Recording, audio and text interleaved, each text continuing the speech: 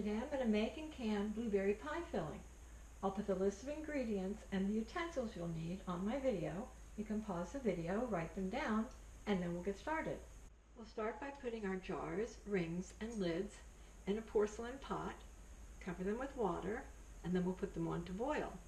We'll measure out our sugar, our ThermFlow, and our nutmeg. We'll strain and measure our lemon juice. Rinse and drain our berries and measure our apple juice. We'll crush some of the berries.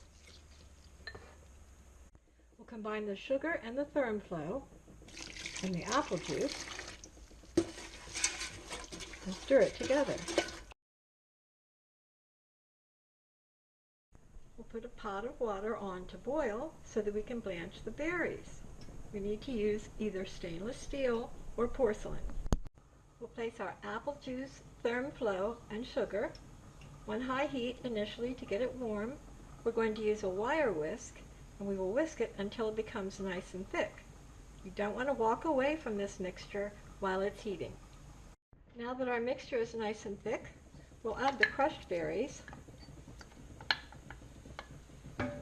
stir them in, and then we'll remove it from the heat. We'll put a lid on it to keep it nice and warm.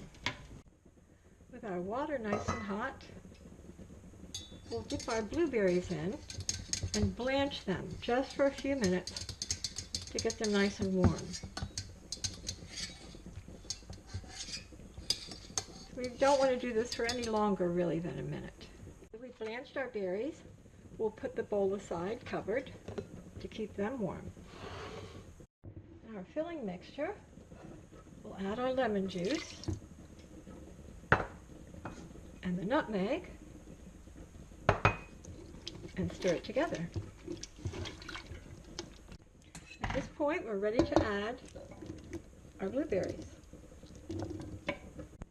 With our blueberries stirred into the filling, we'll place the pot on a very low heat just to keep it warm. With our jars nice and hot, we'll use our jar lifter, remove them from the boiling water.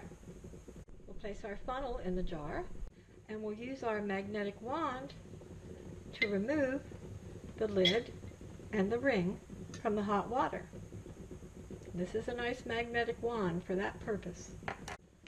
We'll now use our ladle and funnel, and we'll begin to put the blueberry filling into the jar. Because it's thick, it's helpful to have a wooden spoon to help guide the filling into the jar. We want to leave at least a ½ inch of headspace at the top of the jar to allow for processing. Now that we have the filling in the jar, we want to make sure there's nothing sticky around the edges. If there is any stickiness, you can use a nice clean cloth, dip it in the boiling water that we use for our jars, and wipe it off. Now we'll place the lid on it and the ring, and we'll do this for each of our jars.